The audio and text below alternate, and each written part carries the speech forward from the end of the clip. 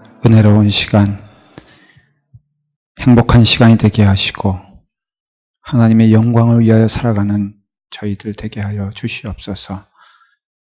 그 좋으신 하나님이 우리의 아버지 되시고 우리와 함께 하시고 우리의 모든 형편을 아시며 우리의 심령을 성령님의 은혜를 통하여 주께로 인도하시니 오늘 이 시간을 통하여 하나님의 영광을 보는 귀한 시간 되게 하여 주시옵소서.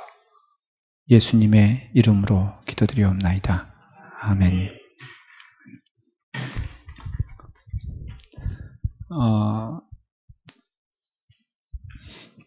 진심으로 말을 하면요, 여러분들의 그 심령이 오늘 저 같았으면 좋겠습니다 하는 생각을 합니다. 뭐가 이렇게 좋아서 목사님은 나같이 되라 그러나, 이게 말씀을 준비하고 들을 생각하고 나눌 생각하면 참 행복하거든요. 여러분들은 어떠세요? 제가 한번 여쭤볼게요. 이제 제가 성경 공부를 시작한 지 1주년이 됐습니다. 뭐 한두 주 차이가 있죠, 그렇죠? 우리가 다음 주에는 축제 이제 우리 그 식사를 함께 하면서 나누는데 그 광고를 미리 할까요? 다음 주는 이 자리에서 안 하고 그 유명한 중국 그 집이에요. 이름이 유명한 게 아니고 어디죠, 장로님? 빨리 말씀해 주셔야지. 이 정도 하면 알아도. 재원 식당에서 모입니다. 식사하고 간증하고 오늘 여기서 모이지 않으니까 여러분들이 그렇게 하시고 여기 있는 분들은 다 약도를 받아 가셔야 돼요. 그리고 그 드레스 코드는 정장이니까 청바지도 정장으로 꼭 하나 가져오시고요. 예를 들어서 뭐 양복이 없으시면 그렇다고 해서 못 오냐 그게 아니라 제가 생각하는 정장은 그런 거예요. 장로님 그렇죠? 청바지 가운데 제일 좋은 거, 티셔츠 가운데 제일 좋은 거, 그 다음에 머리는 필수적으로 파마하고 이러고 오시면 되겠어요. 1주년이 됐어요. 그래서 저는 처음부터 참석하신 분이 혹시 누구신가요? 그냥 한번 차별하는 거 아니니까 오해하지 마시고 처음부터 참석하셨던 분들, 아니 뭐 한두 주 빠진 거 괜찮아요. 한 달까지 괜찮아. 자, 나머지 분들도 거의 내리세요. 거의 1년 함께 하셨죠? 예. 그러면은 정말 기대가 되는 건요, 얼만큼 변했나? 그거를 이제 기대하는 거예요. 잠깐 제가 1분 시간을 드릴 테니까 이제부터 다 일어나셔가지고요, 인사하는 겁니다. 1주년을 축하하는 전야제. 그래서 1분간 시간을 줄 테니까는 돌아다니면서 너무 감사해요. 자매를 보니까 정말 1년이 참 귀한 시간, 빠른 게 아니라 귀한 시간이었군요. 너무 변했어요. 천사 같아요. 어떤 분은 한 달 참여한, 한 달 만에 그렇게 사람이 변할 수가 있어요. 뭐 이렇게 서로 인사하는 시간, 1분 동안 시간 드릴게요. 의도적으로. 자, 일어나서, 시작. 일어나서.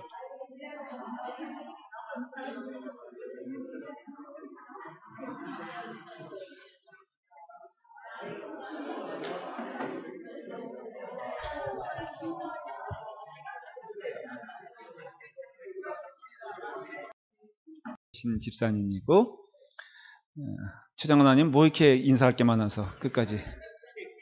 자, 이렇게 했는데 앞으로 저랑 같이 가면서 한번 꾸준히 가보고 싶지 않아요? 금요일날 어때요? 좋죠?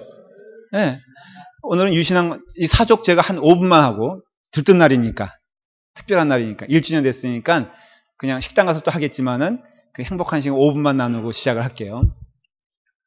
저는 금요일날 되면요, 저녁 되면은 마치 마시러 오듯이 편하게 기쁜 마음으로 왔으면 좋겠어요. 옛날 제가 기억하는 교회는 저녁 때가 되면은 너무 평화로운 모습이에요. 이렇게 그 시골은 아니었지만 그 일을 마치고 그리고 세수하고 저녁 먹고 그리고 교인들이 그때는 수요 집회였죠, 주로. 그러니까 수요일 날 제 기억에는 교인들이 거의 나왔던 것 같아요. 저 기억엔 그래요. 그래서 나와서 아주 편안한 마음으로 그냥 뭐 계속 말씀을 듣는 거예요. 1년 되면 1년, 2년 되면 2년, 3년 되면, 그래서 그 영혼이 이렇게 늘 하나님 앞에서 맑은 교인들이 굉장히 저는 기억에 남고 많았어요. 굉장히 그때는 수치적으로 보면. 저는 우리 교회가 그런 교회가 되고 싶은 거예요. 어떤 거창한 뭐 하나님께서 허락하시면은 뭐 우리 교회가 몇만 명 될지도 모르지. 예. 근데 아멘 할 게 하나도 없어. 왜냐하면 정말 피곤해질 거예요, 그러면은. 그래서 저는 제 소망은 그렇게 오면은 기쁜 마음으로 은혜 받고 서로 화목하고 서로 사랑하면서 쭉 그 길을 같이 가면은 얼마나 복되고 아름다울까. 모여서 뭐 밥도 해 먹고 뭐 탁구도 치고 뭐 이러면서 어때요? 그렇죠? 이걸 금요 집회를 통해서 그걸 보고 싶은 거예요. 저는 주일날도 귀한 날이지만 이와 같이 금요일날 여러분 그냥 그 슬리퍼 그 슬리퍼는 꼭 끌고 온다 그래요. 질질. 그래도 좋아요. 예. 그 다음에 오늘 이렇게 우리 최 권사님처럼 이렇게 분홍색 아주 그냥 이런 거 입고 와도 좋고 뭐 다 좋아요. 그러니까 여러분들이 금요일날 끝까지 갔으면 좋겠고 그리고 또 결국은 제 마음 가운데는 교인들이 다 나왔으면 좋겠어요. 그러다 보니까 주일날 나오시는 분들이 좀 나오셔야 돼요. 점점 늘어야 돼요. 결국은 맨 처음에 조금 반짝 시작했다가 좀 줄었죠, 지금. 원래 그렇습니다. 근데 이게 이제 여러분들 진짜 시작인 거예요. 여러분들이 한 명씩 데려와야 돼. 그리고 다음 금요일까지 숙제인데요. 소감문을 하나씩 쓰세요. 센텐스는 3 sentences. 내가 1년 동안 어떤 은혜를 받았는지, 뭐를 경험했는지. 그러면은 그 재원식당에선 돈은 받지 않고 그걸 하나씩 받아서 제가 거기다가 정성껏 편지를 쓰려고 그래. 금요 집회에 나오면은 이런 것이 좋습니다 하고 누구한테 보낼 거야? 네, 우리 전교인에게 보내려고 그래요. 그리고 여러분들의 소감을 거기다가 덧붙여가지고 교회 나오면은 이렇게 변합니다. 여기 이름 이제 거기에 이제 이름하고 하면은 이 사람에 대해서 주목해 보십시오. 얼마나 1년 동안 변하는지. 그러면 자기들 피부는 맨날 그런데 교회 금요일에 나온 사람들 피부는 이게 탱탱하면은 안 나오겠어, 나오겠어? 저는 그렇다고 봐요. 그래서 여러분들 금요일에 나오신 분들은 피부 관리 잘 하셔야 되고 주일날에 누구보다도 웃어야 되고 그리고 또 밝은 모습으로 인사해야 돼. 그래야지 금요 집회 나갔더니 사람이 더 못되졌더라. 금요 집회 나갔더니 사람이 망가졌더라. 그러면은 이거 어떻게 되는 거예요? 그렇죠? 그래서 여러분 그렇게 하시고 저도 함께 그래서 적으로 좋다는 건 피부뿐이 없다 이렇게 자꾸 얘기하는데 그건 아닌 것 같고 그래도 좋다면은 금요 집회 와서 말씀 전해서 그런 게 아닌가 그렇게 생각합니다. 자 그렇게 약속을 하고 다음 주일까지 금요일까지 그렇게 여러분들 한 센텐스 정도 이렇게 하시면은 다 모아두려고 그래요. 지금은 이제 주기도문 외우고 있습니다. 주기도문 가만 이거 써도 돼요?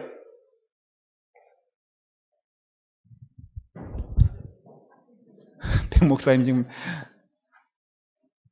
백 목사님 일어서다 무릎 팍 다쳤죠? 이거 봐. 내 이럴 줄 알았어. 오늘도 나를 골탕 먹이려고 이것도.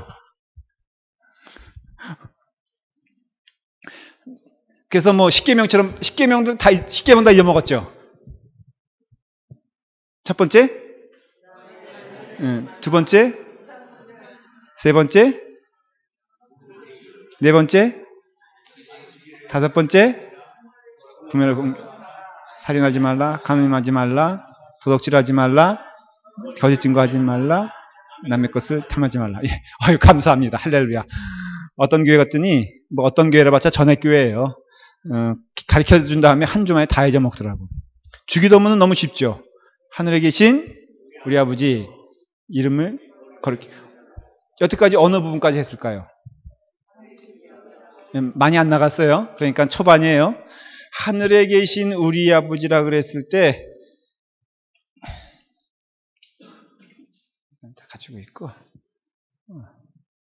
하늘에 계신 우리 아버지라 그럴 때 지난주일에 한 게 크게 뭐였죠? 아버지는 아는데 예, 그렇죠. 하늘에 계신 우리 아버지지 뭐 어디 가시겠어요? 초월적 하나님과 내재적 하나님 이걸 기억하라 그랬죠. 그렇죠? 그래서 초월적 하나님 하면은 우리 가운데 분명히 봐야 될 것이 전능하신 하나님, 전지하신 하나님, 그렇죠? 창조의 하나님.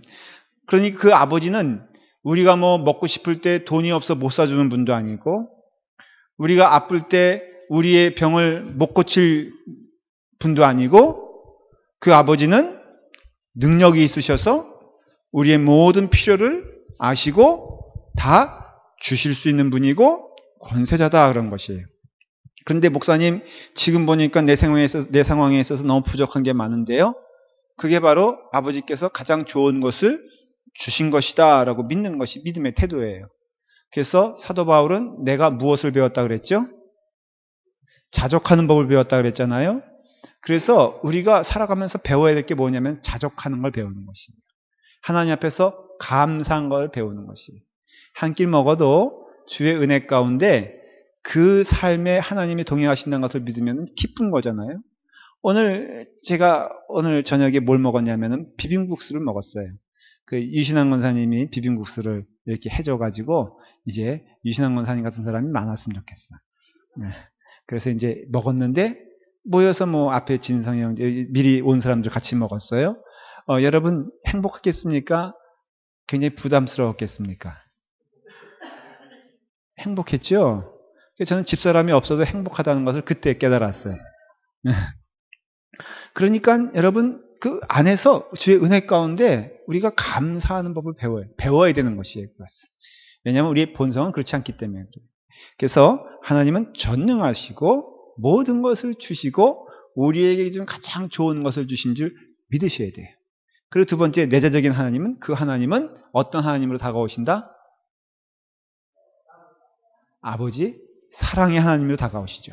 그래서 내재적인 하나님은 어떤 우리와 멀리 떨어져 있는 분이 아니라 우리와 늘 함께 하시고 우리의 아픔을 아시고 우리와 동행하시고 늘 나와 함께 걸으면서 때로는 나를 업어주시기도 하고 때로는 나를 가르치시기도 하고 때로는 나와 함께 눈물도 흘리신다. 그렇게 성경에 표현되어 있잖아요. 예수님이 예루살렘을 향하여 눈물 흘리시는 것처럼 그 아픈 병자를 향하여 안타까워하시는 것처럼 그 하나님은 우리의 아픔을 아시고 우리의 고통을 아시고 또 우리의 짐을 함께 나눠주시며 끝까지 나와 함께 가자 하는 그런 하나님이라 하는 것을 우리는 배웠어요. 그러니 그 하나님은 전능하시기 때문에 못할 것이 없으시고 그 하나님은 사랑의 하나님이기 때문에 우리와 함께 늘 동행하시기 때문에 기본적으로 신자는 궁극적으로는 불행할 수가 없어요. 그 환경이 여러분들 많이 고달프게 한다? 그거는 사실은 핑계예요. 여러분들이 하나님과 쫙 붙어있는 이상은 그 자체가 평화요, 그 자체가 은혜이기 때문에 여러분들이 땀을 흘릴 수는 있어도 때로는 여러 가지 일 때문에 결정해야 될 것, 때로는 힘들고 어려운 일이 있을 수 있어도 그 삶의 근본은 뭐예요? 기쁘고 즐겁고 감사한 것이에요. 그러니까 온전한 관계가 형성되면은 그 삶이 불행할 수가 없습니다. 아무리 어려워도 그 어머니가 자식을 생각하면 가끔 그런 우리 그 영화도 보고 소설도 읽고 우리도 그런 장면 보는데 옛날에 보면 이렇게 자판을 해놓는 그 분들이 많았잖아요. 그거 보면은 저희 어머님도 그것을 하셨다 그래요. 6.25 사변 난 후에 다 어려울 때니까 이렇게 대야에다가 이제 그 참외를 한 몇 개나 되겠어. 한 하루에 한 20개나 그 정도 되겠죠. 그거 놓고 하루 종일 파시는 거예요. 근데 그 삶에 그 가족이 있지 않습니까? 그런 관계가 있으면 이걸 팔아도 이것이 내 입으로는 하나도 안 들어와도 우리 자녀들 입속에 들어간다 생각하면은 어때요? 기쁘겠죠. 저희 형은 옛날에 그랬다 그래요. 오늘은 참외가 안 팔리게 주여 도와주시옵소서. 왜냐면은 안 팔려야 그래도 좀 먹을 수 있으니까. 그러니까는 너무 어머니 올 때마다 막 뛰어가서는요, 광주리에 혹시 남아있는 참외 있나? 이거 보고 살았다는 그 우스갯소리를 해요. 그런데 그런 관계가 온전히 있는 사람들은 어때요? 사실 거기에 슬프다거나 거기에 내가 이제는 이 세상 끝내야 되겠다라는 그런 절망적인 마음이 있을까? 저는 그렇지 않다고 생각을 해요. 그 관계가 온전히 돼 있으면 그게 희망이 있고 즐겁고 감사하고 그때야말로 고생이 아니다라는 것이죠. 그러니까 여러분들 믿음 생활도 잘 들으셔야 됩니다. 하나님과의 관계가 먼저는 완전히 밀착되어 있어야 돼요. 여기에 틈을 주면 안 돼. 그래서 숨 쉬는 순간순간마다 이렇게 표현하잖아요. 그러니까 여러분들이 읽을 수 있는 시간이 있으면 성경 읽으면서 읽을 수 없는 시간이면은 묵상해 가면서 그리고 또 바쁜 시간이면은 마음속으로 기도해 가면서. 여러분 고속도로 달릴 때 기도했다라는 말 듣잖아요. 그때 정말로 기도한다 그래서 눈 감고 기도하는 사람은 없잖아요. 그렇죠? 눈을 뜨고 볼 것은 보면서 기도하면서 가는 그런 삶. 여러분 가능하겠어요? 안 하겠어요? 한번 생각을 해보세요. 24시간 주님과 살아간다는 것이 가능할 것 같아요? 아닐 것 같아요?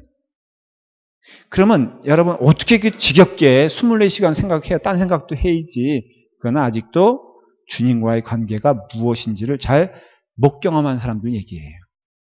그래서 여러분들이 하나님과 더불어 온전한 관계를 누릴 수 있는 것은 그분이 나의 아버지가 되시기 때문이다라는 것이고, 기본적으로는 그 전제가 그 삶이 있게 되었을 때 우리 가운데는 참된 기쁨과 은혜와 평화가 넘친다 이거예요. 성경 말씀을 누구는 몇 번 더 알 수 있고 조금 덜 알 수 있어요. 우리가 하나님 나라 가는 동안 어떤 이들은 10번 통독할 수 있고 20번 통독할 수 있어요.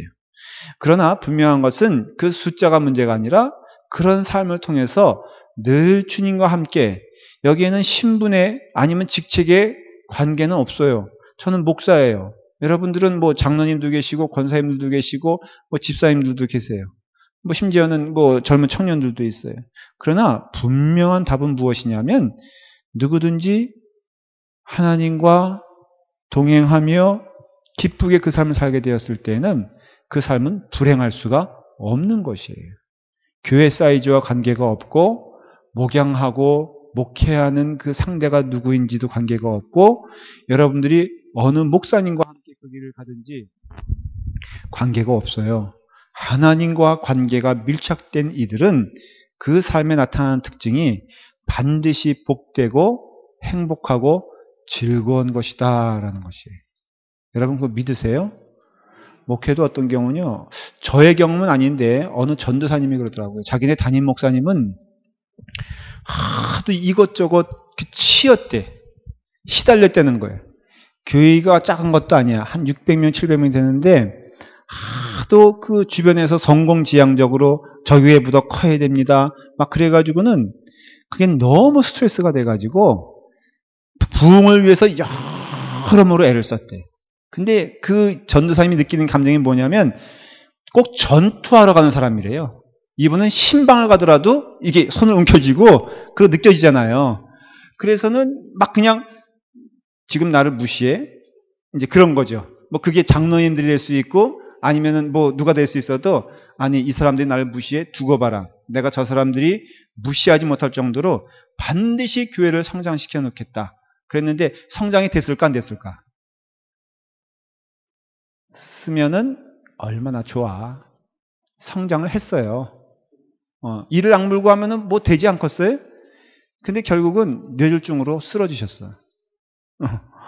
그게 실질적인 있었던 얘기예요. 뭐냐면은 목회를 열심히 하시는데 행복하지 않은 거야. 목회를 열심히 했는데 마음이 편하지 않은 거예요. 평화가 없는 거예요. 저는 편하게 목회하고 싶어. 제 마음 좀 편하게 해줘요. 여러분 제 마음을 편하게 해주려면 어떻게 하면 되는지 알아요? 아니 그건 너무 단편적이고 초등학교적인 답이고 제 마음을 편하게 해주려면은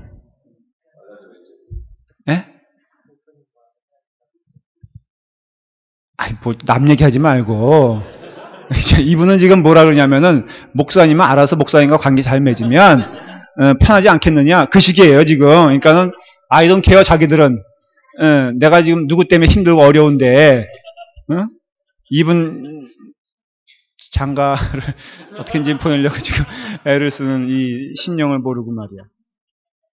그때 제가 아주 이건 계시 정도라고 할 수 있어요. 하나님께로 받은 음성이 있어요. 뭐냐면 그거는 네가 고민할 문제가 아니다. 그 교인들을 주님께로 인도하면 된다. 그건 너의 사명이고 너의 역할이고 그걸 끝. 상식적으로 주님께 가까이 있는 사람이 싸놨겠어? 그건 너무 상식이잖아요. 주님께 가까이 있는 사람이 사람들에게 막 악하게 대하겠어? 주님께 가까이 있는 사람이 목사에게 험한 꼴을 보이겠어? 그렇죠? 그러니까 저희는 어떤 생각이냐면 자꾸 내가 그 사람 마음에 들려고 하고 그 사람들이 내 마음에 들려고 할 그런 생각을 해요. 그냥 눈치 보는 거예요. 오늘은 이 교인이 얼마나 심기가 어떤가 하고선 이렇게 보고선 눈치 보는 목사가 됐으면 좋겠어요? 아니면 여러분들을 주님께로 인도하는 목사가 됐으면. 너무 당연한 질문이죠. 그러면 여러분들도 똑같은 거예요. 여러분들도 저를 볼 때 목사님은 내 편인가? 김집사 편인가? 목사님은 누구에게 더 눈길을 주나? 아니면은 누구에게 더 눈길을 안 주나? 이런 거 좀 어때요? 솔직히 제가 눈길을 주면은 집사람한테 주지 여러분들에게 죽었어. 참 그것도 기대하는 것도 사실은 말이 안 되지. 예? 그래 안 그래? 그렇죠. 제가 젊은 집사님들한테 아주 목회하면서 경험한 게 뭐냐면요. 민감해. 그래서 신경 쓰이더라고요. 한 번 손잡으면은 저분에게 손잡지 않으면요. 그리고 한 번은 또 이렇게 제가 가다가 이렇게 얼굴 봤어요. 구세혁 권사님 예를 들어서 봤는데 나는 무슨 거 가다가 여기 유천주 권사님이 나 너무나 오랜만에 이런 말 하면 안 되는데. 그래서 유천주 권사님이 너무 반가워서 가니까 구세혁 권사님이 삐졌다 이거예요. 이런 것들이 다 뭐냐면은 그런 거예요. 그래서 하나님이 나의 아버지시라는 것에 대해서 여러분들은 분명한 신앙을 가지고 있어요. 초월적 하나님과 내재적 하나님. 어렵게 말하면 그렇고 쉽게 말하면은 전능하신 하나님이자 나의 아버지 되시고 나를 사랑하시는 그분. 그것이 하늘에 계신 우리 아버지시여. 맞죠? 이름이 거룩히 여김 받으시오며 할 때 하늘에 계신 우리 아버지란 뜻이에요. 근데 오늘은 거기에 더해서 그 하늘에 계신 우리 아버지라는 미닝은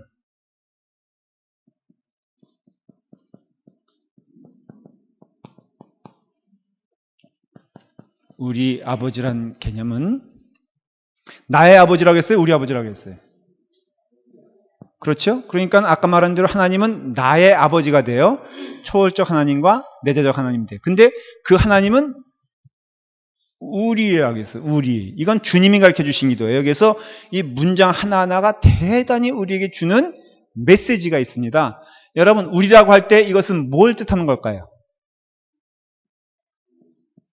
그렇죠. 여기서 주는 메시지는 아주 분명해요. 뭐예요? 공동체적 기도라 이거예요. 바람이에요. 그러면은 여기서 아버지 입장에서는 우리가 이렇게 기도할 때 결국은 이 모든 우리란 개념은 한 뭐예요? 가족이죠. 그렇죠? 가족이라는 것은 형제, 자매가 있다라는 것이에요.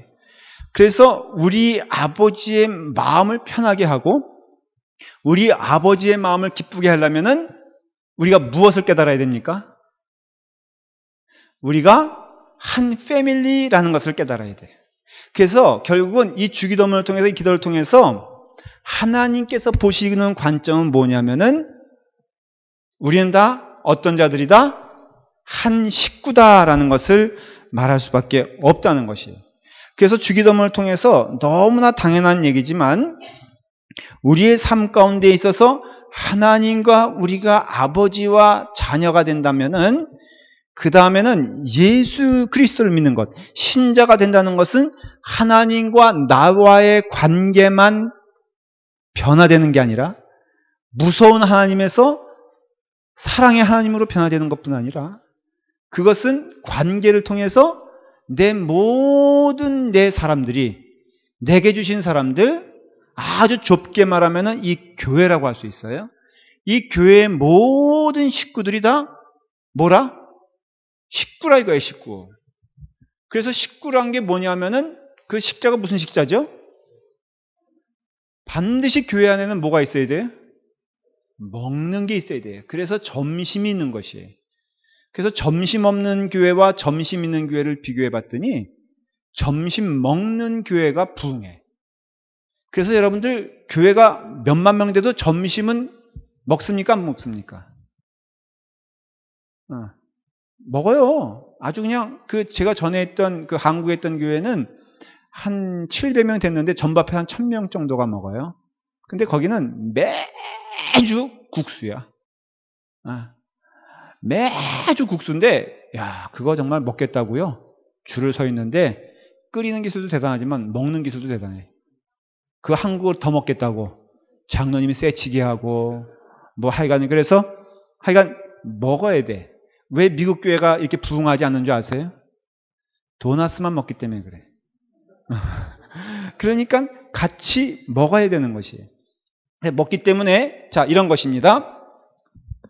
하나님과 나와의 관계는 영원한 부자 관계가 되고 그러한 동시에 하나님을 아버지라고 부르는 사람은 반드시 형제 관계가 형성이 되고 그럼으로써 교회는 믿음의 공동체라고 말할 때 그 교회가 주는 정확한 의미는 뭐냐면은 가족 공동체라 하는 것이에요.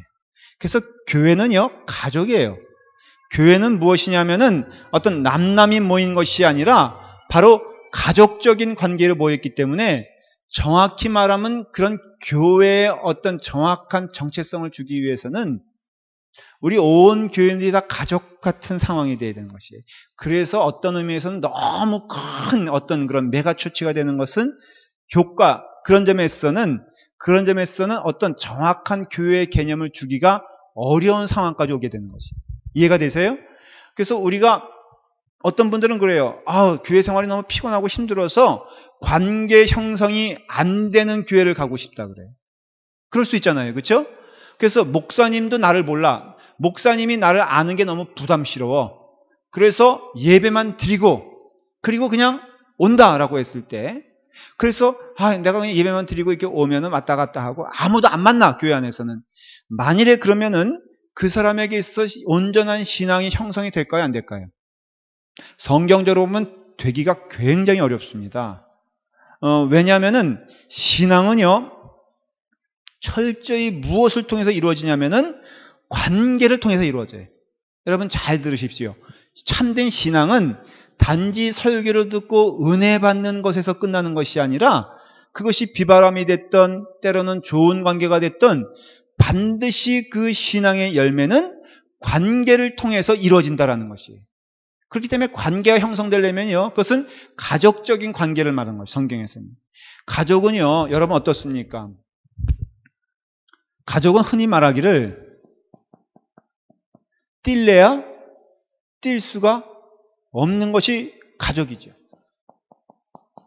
여러분 잘 아는 사람은 이게 어릴 때 기억을 해보면요 이 세상에서 가장 많이 싸운 상대는 누굴까?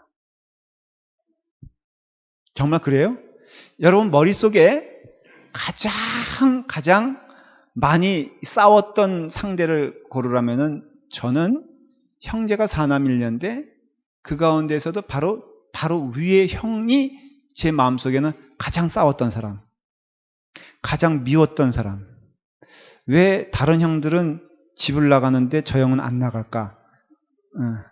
뭐 아주 극단적인 예는 왜 내 한 세상에 같이 태어나게 하셨을까? 그게 바로 3살 터울인 저희 바로 위의 형이에요. 큰 형들은 저하고 상대가 되지도 않았으니까. 근데 그것을 보면요, 가족이란 것은 무엇이냐면은 바로 이와 같이 뛸 수가 없는 그런 관계. 근데 그것이 바로 교회 안에서 우리로 하여금 믿음의 가족을 형성했다라는 것이에요. 우리가 무술 영화 보면은 사부라 그러지 않습니까? 스승을. 사부가 뭐예요? 바로 그 아버지거든요. 그러면 무술을 함께하고 수련을 함께하는 자들을 뭐라 그러냐면은 형제라 그러나? 형제죠. 못 봤어요? 제가 본 무술 영화에서 형제라 그래. 그러니까 그 사부라 했을 때 그것을 한 형제요, 한 자매 가운데 있는 것을 분명히 얘기해 줍니다. 그러니까 여러분 잘 들으십시오. 어느 것이든지 그가 아버지가 되는 어떤 아버지와 자녀와의 관계가 형성되면은 반드시 일어나는 것이 형제, 자매의 관계를 얘기하고 있다는 것이에요. 그래서 우리가 지금은 뭐 직분 따라 집사님 부르기도 하지만은 원래 초대교회에 있어서 명칭은 뭔지 아십니까? 형제, 자매예요. 근데 오늘날 우리가 좀 부르는데 뭐 예를 들어서 우리 연세 드신 분들이 그 젊은 처자한테 한준 장로님이 예를 들어서 하영이한테 자매님 그러면 좀 이상하잖아요. 느낌이 어때요? 또 우리 하영 자매가 우리 진성 형제한테 형제님 그럼 좀 느낌이 이상해도 사실은 그게 성경적인 언어라 이거예요. 그러니까 우리는 형제 자매예요.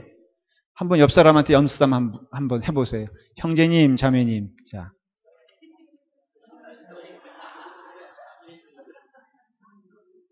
근데 이것도 연습하다 보면 행복해질 것 같아.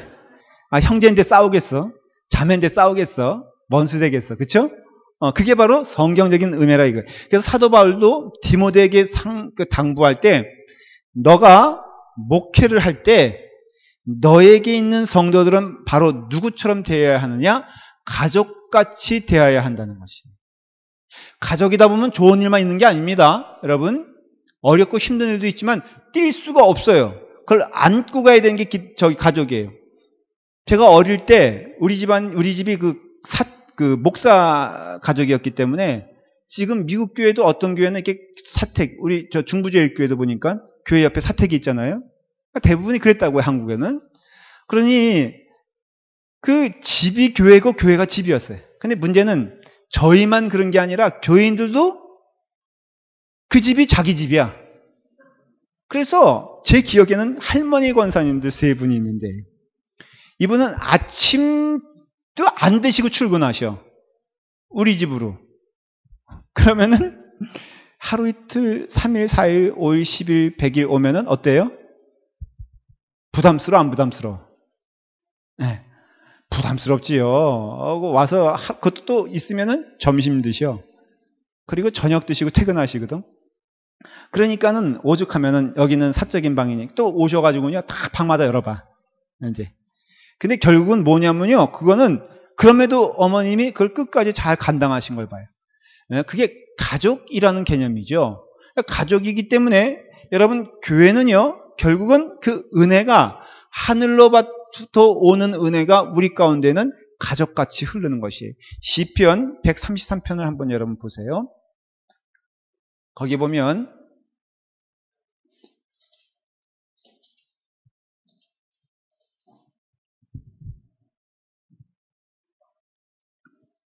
한번 읽어볼까요? 자, 읽겠습니다. 보라, 형제가 연합하여 동거함이 어찌 그리 선하고 아름다운고, 머리에 있는 보배로운 기름이 수염 곧 아론의 수염에 흘러서 그의 옷깃까지 내린 같고, 헐몬의 이슬이 시온의 산들에 내린 같도다. 거기에서 여호와께서 복을 명령하시노니 곧 영생이로다. 그랬잖아요. 자, 보십시오. 형제가 연합하여 동거함이 어찌 그리 선하고 아름다운고, 그렇게 되어 있잖아요. 이게 무슨 뜻이냐면 2가지 비유를 통해서 얘기해 주는 거죠. 첫째는 머리 위에 뭐가 있어요? 보배로운 기름이 있어요. 이것은 아론에게 주는 메시지예요. 다른 말로 하면 대제사장이 그 입고 있는 옷이 무엇이냐면은 아론의 양어깨, 대제사장의 양 어깨에는 12지파를 가리키는 보석들이 달려 있었어요. 쭉 이렇게 달려 있었어요. 그래서 굉장히 어떻게 보면 아름답게 그 장식되어 있는데, 이것이 뭘 뜻하냐면은 대제사장은 12지파를 다 안고 가는 사람이라는 것이죠. 그러니까 제사장의 역할이 그런 거예요. 그래서 목사로서도요, 하나 제가 가지고 있는 목사관 가운데 분명한 메시지는 뭐냐면, 여러분들을 제가 다 안고 가는 거예요. 결국은 여러분들 다 업고 가는 거라고 할 수 있어요. 그리고 여러분들 한 사람 끝까지 행복해질 때까지 저도 그 짐을 함께 가져가야 돼요. 그러니까 여러분들 리더라면 그것을 아셔야 돼요. 대제사장의 역할이 바로 그런 것이었어요. 그런데 그와 같이 제사장의 머리 위에 무엇을? 보배로운 기름. 이 보배로운 기름은요, 영적으로 해석하면은 예수 그리스도를 의미하는 것이에요. 좀 크게 의미하면은 성령님의 임재를 의미하는 것이고, 더 크게 말하면 하나님의 임재를 말하는 것이에요. 그러니 보배로운 기름이 흘렀다라는 것은 그 12지파가 이렇게 있잖아요. 근데 그것이 흘러서 여기서만 멈추는 것이 아니라 어디까지 흐른다는 것이에요? 쭉 수염을 흘러서 모양을 생각해 보십시오. 밑에까지, 다리까지 이것이 쭉 흐른다는 것이에요. 그러니까 하나님의 은혜가 우리의 머리를 시작해서 우리의 다리까지 흐른다는 것은 그것이 대제사장이 주는 축복이요 의미라는 것은 나만 그렇게 온전히 적시는 것이 아니라 내게 속한 모든 사람들. 베드로전서에 보면은 우리는 이제는 제사장입니다. 그렇죠? 여러분, 그런 의미에서는 평신도 사역이 필요한 것이에요. 하영조 목사님이 그전에 돌아가셨잖아요. 그래서 하영조 목사님을 비롯해서 그 교회 4인방이 있어요. 그건 아시죠, 여러분들? 하영조 목사님, 옥하는 목사님, 그 다음에 홍정길 목사님, 이동원 목사님이 소위 말해서 4인방이에요. 근데 이분들이 굉장히 성실하게 목회하셨고, 정치적이지 않고, 순수하게 자기들 목회했는데, 이분들이 뭘 했냐면 평신도 운동을 시작한 거예요. 처음으로 한국교회에서. 그전까지는 그저 교인들은 피동적으로 그냥 이렇게 수동적으로 말씀 듣고 그냥 그대로 살면 된다 이거였는데 그분 때부터 어떤 운동이 벌어졌냐면은 평신도도 성경 알아야 된다는 거예요. 하나님 말씀 배워야 되고 여러분들도 거룩한 제사장이기 때문에 그 역할이 피동적이지 않고 능동적이어야 되고 그런 의미에서는 하나님께서는 평신도들에게도 목회자와 같은 사명을 주셨다. 그런 뜻이에요. 이해가 되세요? 그러니까 결국은 여러분들이 거룩한 제사장이라고 할 때는 반드시 여러분들에게 주시는 하나님의 은혜는 흘러 어디로 가는 것입니까? 12지파에게 가고 흘러 다리까지 흐르는 것이에요. 다른 말로 하면 여러분들이 받는 은혜는 여러분들 선에서 끝나는 것이 아니라 반드시 여러분들에게 속한 영혼들에게 도움이 되고 덕이 되고 또 기쁨이 된다는 것이에요. 어떤 사람이 은혜를 받으면은 그 은혜가 다른 사람들에게는 기쁨이 되어야 돼요. 여러분 그렇게 되어야 해요. 근데 오늘날에는 무엇이 잘못됐냐면은 여러분들이 은혜를 받으면은 잘못된 은혜예요. 우월의식을 갖는 거예요. 여러분들이 어떤 특별한 경험을 하면은 그렇지 않은 사람들에 대하여 정죄하는 것이에요. 그러니 어떤 사람이 만일에 특별한 은혜를 받았다면은 다른 사람들이 그것을 부담을 느끼고 그에 대하여 어떤 그러니까 언짢은 마음을 갖게 되면은 그것은 절대로 성령의 정확한 열매가 되지 않아요. 그래서 은혜가 충만한 교회는 모든 사람들이 그 혜택과 그 기쁨을 누려야 되는 것이에요. 여러분 우리 교회는 어떤 교회로 가야 돼요? 그런 교회로 가야 돼요. 여러분들이 오늘 금요일에 여기서 은혜를 받았으면은 그 받은 은혜가 한 걸음 한 걸음 어디로 가야 되는 것이에요? 먼저는 기억하셔야 돼요. 먼저는 하나님께 영광이요. 두 번째는 우리 가운데 기쁨이 돼야 돼요. 그래서 하늘에는 영광, 땅에는 뭐예요? 평화잖아요. 하나님께 영광을 돌리는 자들의 모임은 자동적으로 이 땅에서는 평화롭게 살 수밖에 없어요. 지금 교회가 마지막 보루라는 것에 대하여 여러분 인정하시죠? 이 땅에서 하나님의 놀라우신 은혜와 섭리와 인도하심이 교회를 통해서 증거되지 않으면은 결국은 그것은 희망이 없는 것이라고요. 영적 가장 치열한 싸움터는 교회예요. 교회가 그 일을 감당해야 돼요. 근데 교회 안에 무엇으로서 그것을 감당하느냐? 총칼이 아니에요, 여러분들. 아니면 어떤 진리를 향한 전쟁이기 때문에 다른 사람에게 상처 주는 게 아니에요. 궁극적으로는 뭐예요? 하나님께 영광을 돌리는 무리들이 모여서 그 영광을 돌리는 동시와 함께 우리에게는 무엇이 임해야 된다? 평화가 넘쳐야 되는 것이에요. 그래서 라팔마 교회는요, 한마디로 어떤 교회가 되길 원하냐라고 물어보면은 평화롭고 은혜롭고 모이길 기뻐하며 모이면 즐겁고 감사한 교회가 되어야 돼요. 이것은 잊으면 안 돼요. 여러분 그렇게 되어야 돼요. 이게 바로 하나님께서 말씀하시는 133편 시편에서 말하는 형제가 연합하여 동거함이 어찌 그리 선하고 아름다운고 머리에 있는 보배로운 기름이 수염 곧 흘러간다는 것이죠. 그 다음에 두 번째로 비유로 말씀하신 것이 뭐예요? 헐몬의 이슬이 뭐가 됐겠어요? 여러분 한강에 그 다음 그 전에 그 강들을 뭐라 그럽니까? 한강 위에 뭐가 있죠?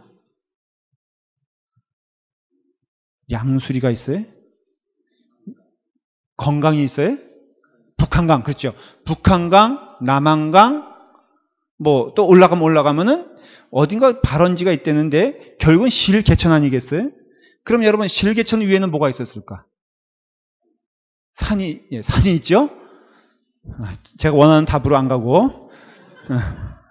이슬 있잖아, 이슬. 여기 헐몬에 이슬이라고. 여기 이슬 집사가 나와야 되는데, 우슬 집사가 나와야 되는데, 그 우슬이란 이름의 뜻이 뭔지 알죠? 우슬초의 우슬일 거라고 저는 짐작을 해요. 예, 전혀 딴 얘기로 하고 있어요. 우슬초하고 이슬하고는. 그러니까 여러분, 이 이슬이 이렇게 맺혀가지고 시냇물이 되고 시냇물이 되면은, 여기서 말하는 뜻은 뭐냐면은 그 하나님의 은혜가 아주 미세하게 물이란 게 뭐예요, 여러분들? 아주 결국은 미세하게 막 들어가지 않습니까? 강으로 모여서 또 강이 또 막 퍼져가고 또 그래서 물 없는 곳에 막 물로 가고 그렇기 때문에 결국은 시편 133편에서 보여주는 것은 하나님의 은혜가 한결같이 이렇게 흘러간다는 것이 모든 영혼들에게 다 흘러간다는 것이 그렇기 때문에 자 보십시오. 이렇게 하나님은 우리에게 원하시는 것이 무엇이냐면은 하나님의 놀라우신 은혜와 사랑이 우리 가운데 한결같이 여러분 가운데 임한다라는 것이에요. 주기도문은 개인에 대한 기도라기보다도 공동체를 향한 기도입니다. 기도는 그런 의미에서 공동체적인 기도가 참된 기도가 됩니다. 여러분들에게 있어서 가장 아름다운 기도는 무엇이냐면 기도의 내용이 첫째는 하나님께 영광 돌리는 기도고 그 다음 두 번째 하나님이 기뻐하시는 기도는 중보기도예요. 중보기도가 무엇입니까? 중보기도는 결국은 내가 아닌 다른 일을 위해서 기도하는 것이에요. 여러분들이 남을 위해서 기도할 때 여러분들이 다른 영혼을 위해서 기도할 때 반드시 나타나는 축복은 무엇이냐면은 내 삶의 평화와 은혜라는 것이에요. 여러분들이 기도 생활을 할 때 한번 생각해 보십시오. 내가 그 영혼을 위해서 기도할 때 내가 어떤 예를 들어서 막 지금은 말을 안 들어. 기도 제목이 돼. 교회 안에서 근심이 돼. 그 사람을 위해서 기도할 때 뭐가 나옵니까? 눈에서.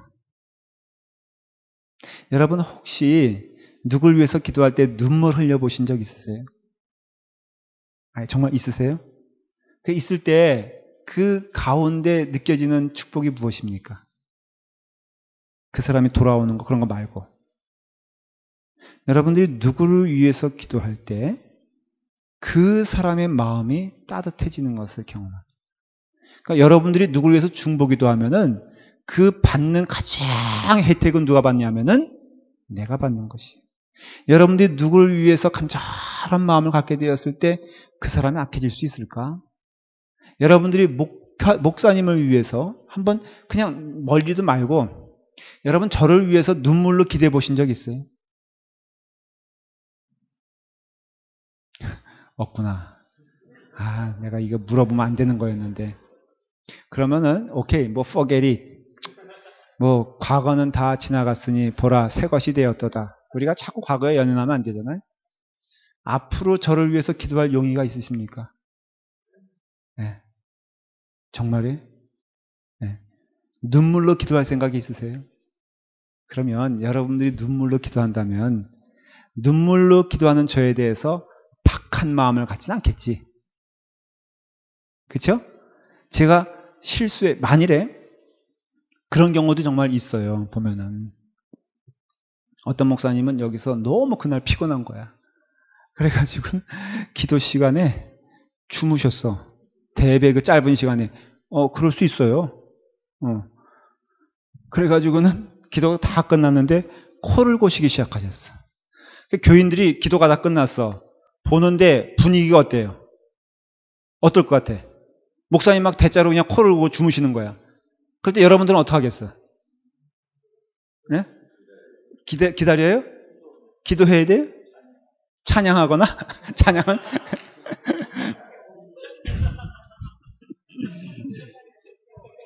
과장된 얘기지만 어떤 교회는 목사님 편히 주무시라고 담요 갖다 이렇게 얹어주시고 자기들은 묵상기도 한참 하다가 집으로 갔다는 동화 같은 얘기가 있어요. 어때요? 그런 교회가 아름다워요? 교인들도 멍청하지 말이야. 뭐 그렇게 목사님 말이야 당장 사표 쓰세요. 어떻게 그래요? 제가 그런 게 봤는데. 자, 여러분 제가 그런 어떤 그런 실수를 저질렀다고 하십시다. 여러분 어때요?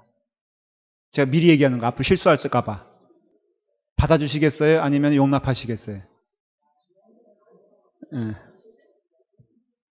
저도 그렇게 약속을 해요. 약속은 뭐 하나님 앞에서 하는 거지만은 여러분들이 어떠한 모습을 갖든지 저는 능히 받아줄 수가 있어요. 그래서 그 둘의 말 뭐죠? 김진호 목사님이 그런 간증을 한 적이 있어요.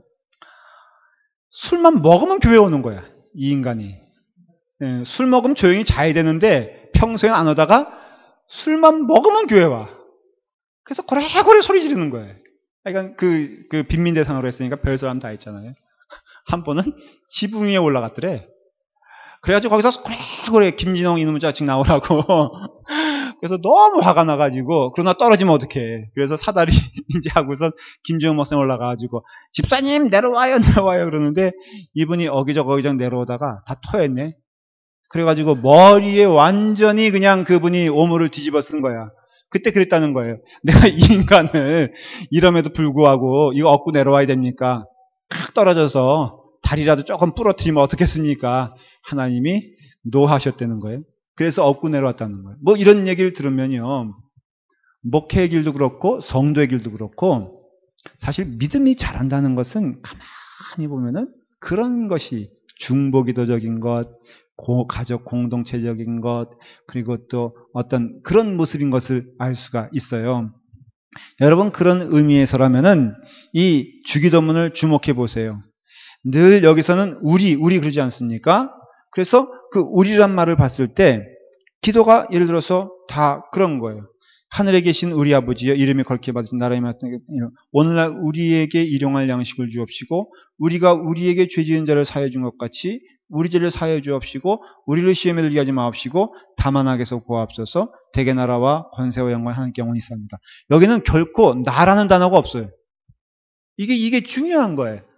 그러니까 하늘에 계신 우리 아버지랑 큰 그림을 그리게 되었을 때 거기에는 다 뭐예요? 우리예요. 그러니 저 영혼이 상처를 받으면은 가족이란 개념이라 그렇잖아요. 저 영혼이 상처를 받으면은 나도 받는 것이에요. 이제 서로 철기 시작하면 그런 얘기를 많이 합니다. 특별히 저희 큰형하고 저는 목회 얘기를 같이 가다 보니까 옛날에는 대화 상대가 안 됐는데 또 목회 천연병 시절에도 저하고는 전혀 상대가 안 됐어요. 저희 형은 이렇게 저보다는 성공적인 삶을 살았던 것 같아요. 그래서 저희 형이 41세에 저기 하와이 그리스도연합감리교회 갔거든요. 그 교회가 1000명 가까이 되는 교회였거든요. 그래서 너무 화가 나가지고 언젠가는 반드시 김동민 목사의 형이 김용민이 될 것이다. 제가 그렇게 하나님도 예스 하시잖아요. 저렇게 이제 그랬는데 목회 얘기를 쭉 하다가 지난번엔 그러더라고요. 도민아 참 감사하다. 그래서 뭐가 감사합니까? 그랬더니 네가 나에게 짐이 돼주지 않은 것이 너무너무 감사하다는 것이에요. 내가 또 한마디 했지. 나도 감사할 것이 있다. 많은 사람들 가운데는 형이 동생에게 짐이 돼가지고 너무너무 힘든 동생들 많이 봤는데 나는 형이 나에게 짐이 안 돼준 것이 얼마나 감사한지 몰라. 둘이서 여기서 손 붙잡고 기도했다는 거 아닙니까? 왜냐하면 형은 감리사를 했으니까 아무래도 목회 현실에 있어서 여러 가지 고민스러운 것을 이제 보고 얘기하다가 언뜻 내가 보였나 봐요. 근데 너는 그래도 내 근심에 있어서는 아니니 너무 감사하다. 나는 또 여러 형들이 괴롭힘을 주는 사람들 봤는데 형의 얼굴 보니까 너무너무 감사하다. 그거죠. 얼마 전에는 심장이 좀 아파가지고 아프다라는 얘기를 제가 딴 사람을 통해서 들었어요. 그러니까 제 마음이 덜컥한 거예요. 내가 아픈 것도 아닌데. 형한테 전화해가지고 어디 아프냐, 뭐가 아프냐 그러니까 괜찮다 그랬는데 이게 가족이라는 것이지. 그래서 가족은요, 기도도 가족 공동체 기도를 해야 돼요. 여러분들이 정말로 금요 집회 나오신 분들은요, 기도할 때 물론 주일날 나오는 분도 마찬가지예요. 가족들을 위해서 많이 기도하십시오. 여러분 교회가 은혜로우려면은 여러분 가운데 가장 걸림돌이 되는 믿음의 형제들이 있잖아요. 지금 있을 수 있잖아요.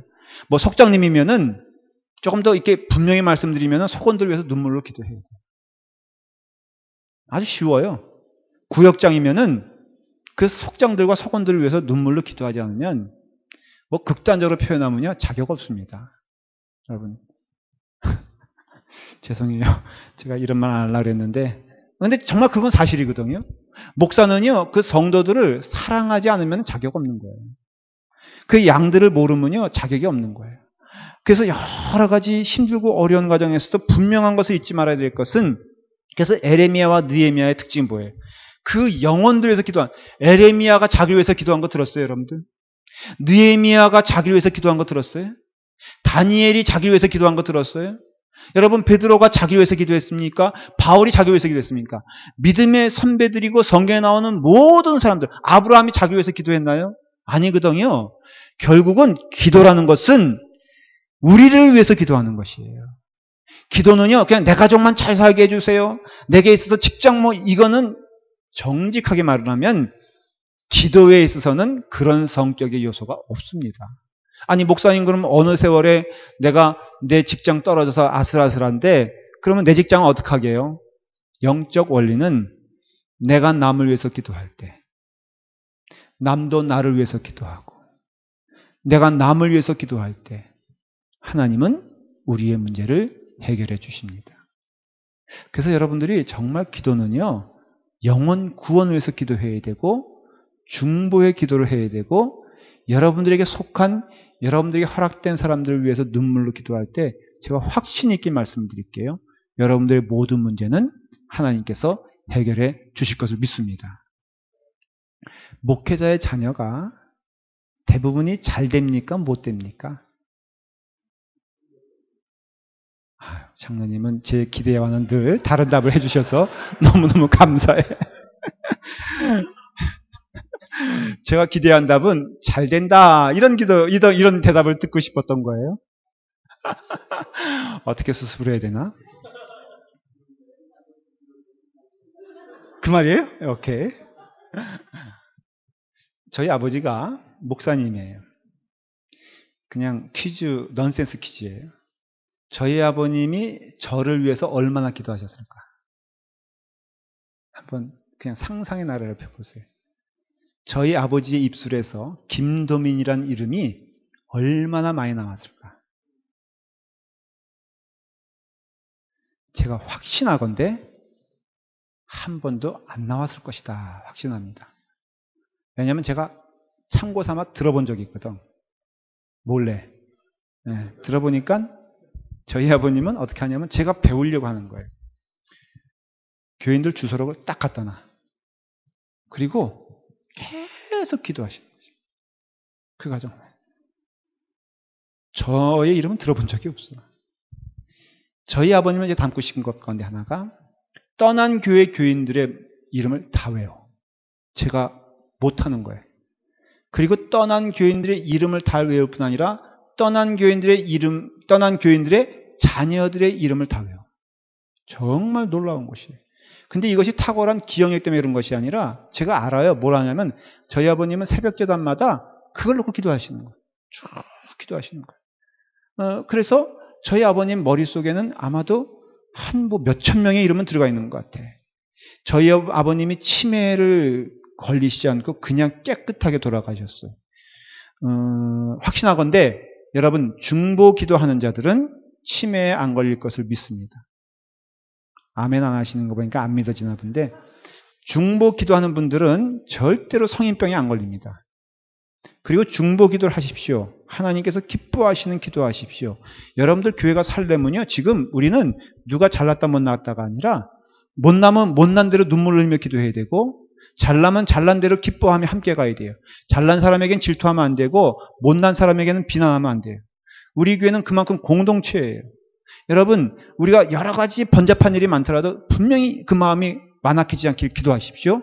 그래서 다 같이 함께 잘난 사람은 기뻐해주고 못난 사람은 기도해주자. 할 수 있겠어요?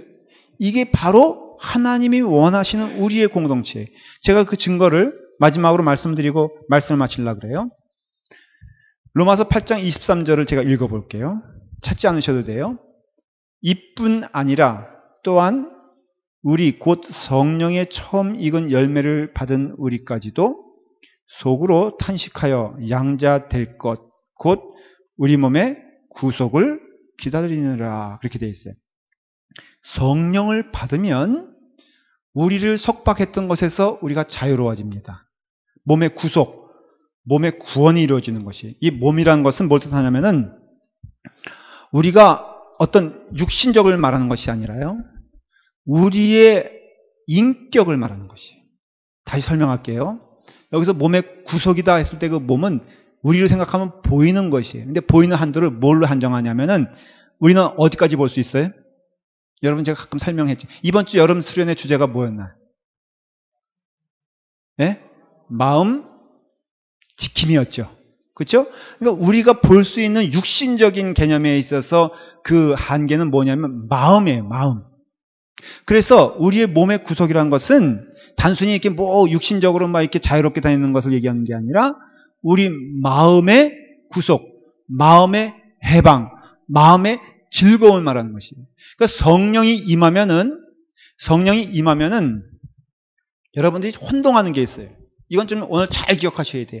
결론이기도 하지만 굉장히 중요한 메시지를 지금부터 제가 한 10분 동안 얘기하려고 그래요.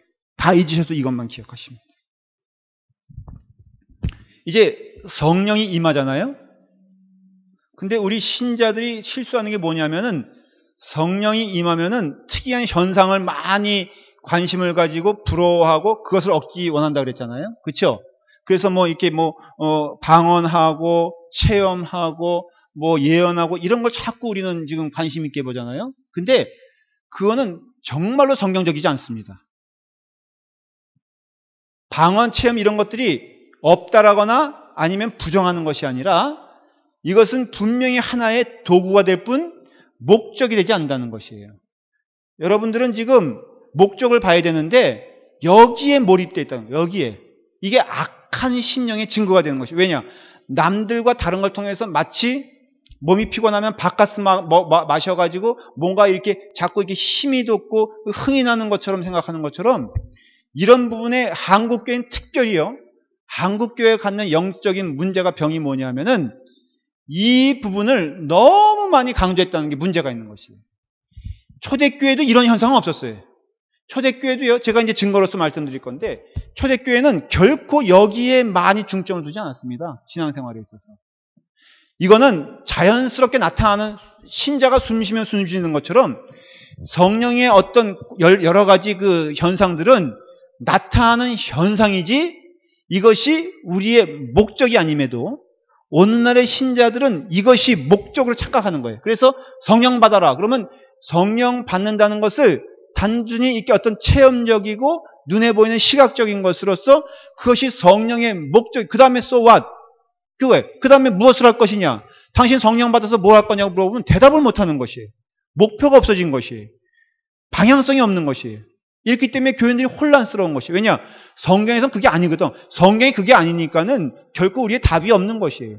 그래서 여러분은 은사지상주의라든가 아니면 그런 걸로 가면요. 더 자극적인 것으로 분이 갈 수가 없는 거예요.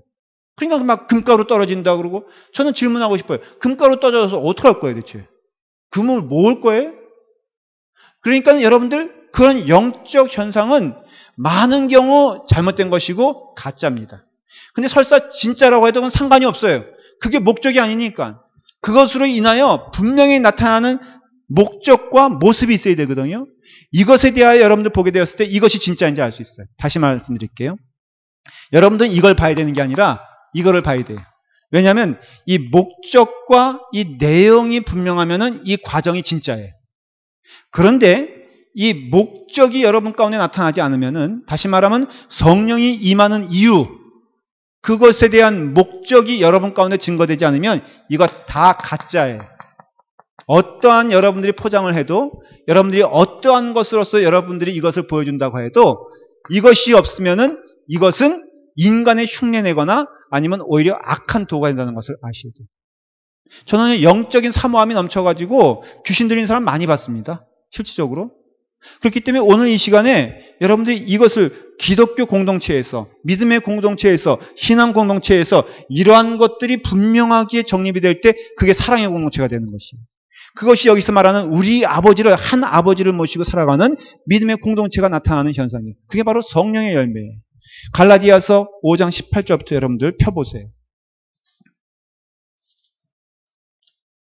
갈라디아서 5장 18절에 보면요. 제 성경으로 신약성경 307페이지에 있어요. 307페이지에.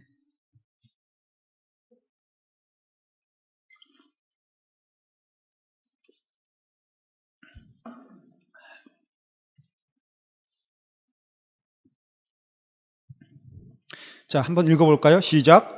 너희가 만일 성령의 인도하시는 바 같으면 율법 아래 있지 아니하리라.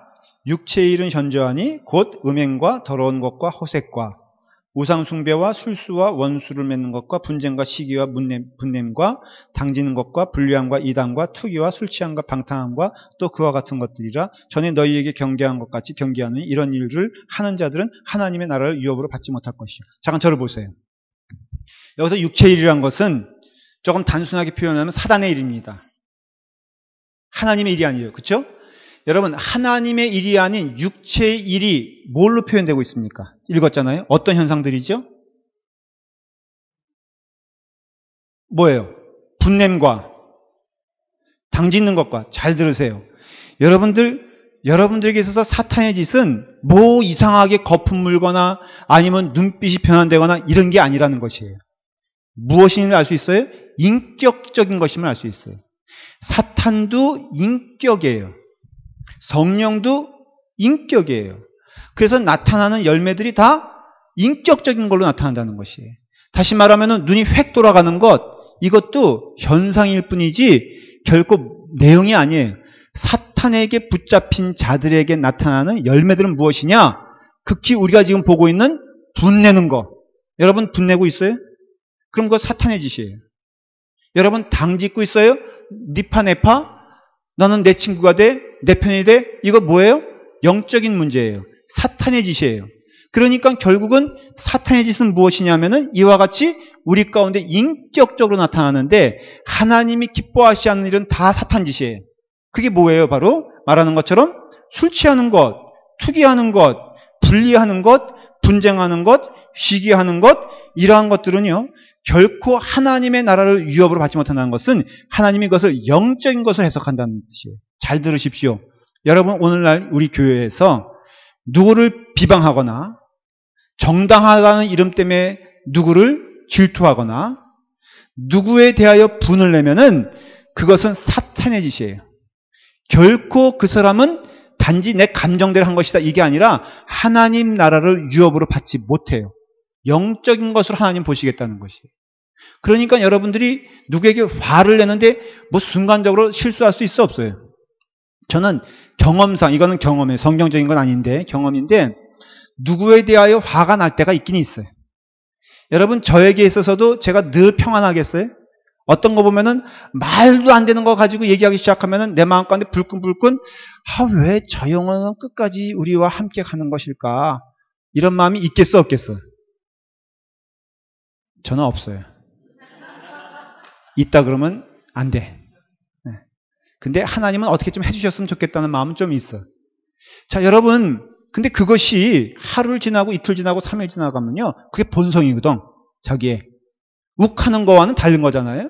근데 그것이 본성이 된다면 그 사람은 뭐냐면은 교회에 있으나 그는 하나님의 자녀가 아닌 것이에요. 하나님의 유업을 받지 못한 자예요. 거꾸로 여기 보면은 그 다음에 계속해서 읽어볼까요? 22절에 보면 오직 성령의 열매는 뭐라고요? 사랑과 희락과 화평과 오래 참음과 자비와 양성과 충성과 온유와 절제니 이와 같은 것을 금지할 법이 없느니라 그랬잖아요. 여러분 보십시오. 그러면 아까 말한 대로 뭐예요? 목적은 뭐예요? 성령의 열매는 뭐예요? 사랑이죠. 화평이죠. 그렇죠? 제가 성경적으로 분명히 말씀드릴게요. 여러분 좀 정확히 하셔야 돼요. 기도 많이 하는 사람은요. 어떤 사람이에요? 사랑이 많은 사람이에요. 기도 많이 하고 성경 많이 한다는 사람은 어떤 사람이 돼요? 어느 곳에 가든지 화평한 사람이 돼야 돼요. 기도 많이 하고 성경 많이 하는 사람은 어떤 사람이 돼야 돼요? 거기에 온유가 있고 절제가 있어요. 인내가 있어요. 그러니까 이것은 만일에 그 사람에게서 이걸 전혀 볼 수가 없어. 더 악해. 더 비방적이야. 더 남과 나를 평가해. 이런 사람이 아무리 이런 체험 가지고 있다 하여도 그것은 결코 성령의 현상이 아니라는 것이에요.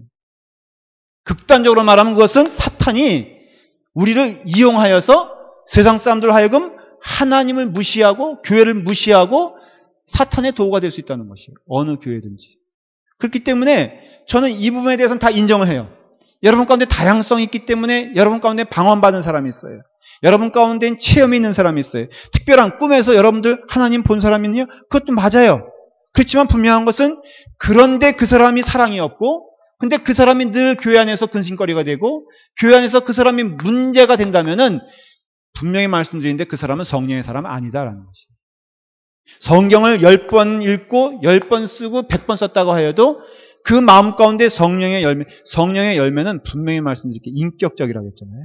사탄의 열매도 인격적인 것처럼 성령의 열매도 인격적이에요. 인격 대 인격은 한편은 분란이고 화냄이고 당짓는 거고 한편은 사랑과 인내와 온유함과 오래참 이런 것들이 바로 성령의 인격과 사탄의 인격 가운데 나타나는 것이고 그런 의미에서는 바로 그러한 것들이 우리 가운데 드러나는 것이 하나님을 아버지로 모시는 믿음의 공동체가 된다는 것이에요.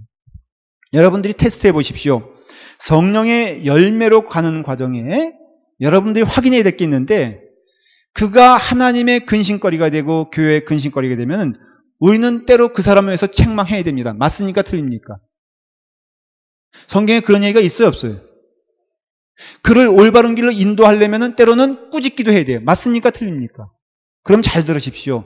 그를 꾸짖을 때는 동시에 그를 위해서 기도하는 마음이 없으면 그건 꾸짖는 게 아니에요. 그건 미워하는 것이에요. 그거는 분란을 일으키는 것이에요. 여러분들이 누굴 위하여서 간절한 마음으로 올바른 길로 가기를 원한다면은 그를 위해서 기도해야 돼요. 그래서 기도가 먼저예요. 어떠한 것을 책망할 때도 기도하고 해야 되고 어떠한 것을 인도할 때도 기도를 해야 돼요. 기도하면서 그를 위해서 눈물을 흘릴 때만 그걸 해야 돼요. 만일에 그 눈에서 눈물이 안 나오고 그를 위해서는 분노만 나오고 그를 위해서는 그 어떤 악한 마음만 나온다면은 절대로 그것은 하나님의 마음이 아니기 때문에 여러분들은 조심해야 되는 것을 알 수가 있어요. 갈라디아서 6장 8절부터 10절까지 읽고 마칠게요. 자, 함께 읽겠습니다. 시작. 자기의 육체를 위하여 심는 자는 육체로부터 썩어질 것을 거두고 성령을 위하여 심는 자는 성령으로부터 영생을 얻으리라. 잠깐 거기까지. 여러분 보십시오. 육체는 뭐예요? 사단의 일이에요. 그 다음에는 뭐예요? 성령을 위해 심는 자가 있어요. 성령을 심는 자는 영생을 얻으리라 했어요. 그 다음에 시작. 우리가 선을 행하되 낙심하지 말지니 포기하지 아니하면 때가 이름에 거두리라. 그러므로 시작. 그러므로 우리는 귀에 있는 대로 모든 이에게 착한 일을 하되 더욱 믿음의 가정들에게 할지니라. 이해가 되십니까? 성령의 이야기가 나오면서 갑자기 무슨 이야기로 바뀌어요? 착한 일, 믿음의 가정의 세계. 이것은 얘기가 바뀐 것이 아니라 성령의 역할 자체가 우리로 하여금 믿음의 가정을 만들게 하는 것이고 성령의 역할 자체가 우리로 하여금 성령의 열매를 맺게 하는 것인데 그거는 가정에서 볼 수 있는 것처럼 온유함과 오래 참음과 사랑과 자비와 양선의 마음으로 우리가 서로 사랑하고 아름답게 그 길을 가면은 그건 성령의 열매요, 성령의 길이요. 우리가 우리 마음 가운데 팔을 짚고 우리 마음 가운데 악한 생각하고 우리 마음 가운데 정죄하고 우리 마음 가운데 미움의 말 가지면 그것은 뭐예요? 육체로부터 썩어질 것을 거두어가는 사탄의 일이라는 것입니다. 그럼으로써 오늘 이 시간엔 우리가 영적인 분별력을 가지고 우리가 가는 길에 대해서 분명한 답이 있어야 됩니다. 무엇입니까? 우리는 믿음의 한 가정입니다. 떨어질 수 없는 사이입니다. 그렇다면은 그가 제대로 그 길을 가지 못한다면 눈물로 기도하는 여러분 되기를 바랍니다. 속장님들은 속원들 위해서 기도하십시오. 구역장들은 그 구역원을 위해서 기도하십시오. 여러분들 서로가 기도하는 여러분 되기를 간절히 축원합니다. 기도하겠습니다. 아버지 하나님, 우리에게 은혜를 주시사 하나님의 말씀을 주시니 감사합니다. 성령님의 은혜 가운데 우리 하나님을 아버지라고 부르게 하시며 우리로 하여금 믿음의 공동체가 되어서 한 식구로 살아가게 하심을 감사합니다. 하나님께 영광을 돌리며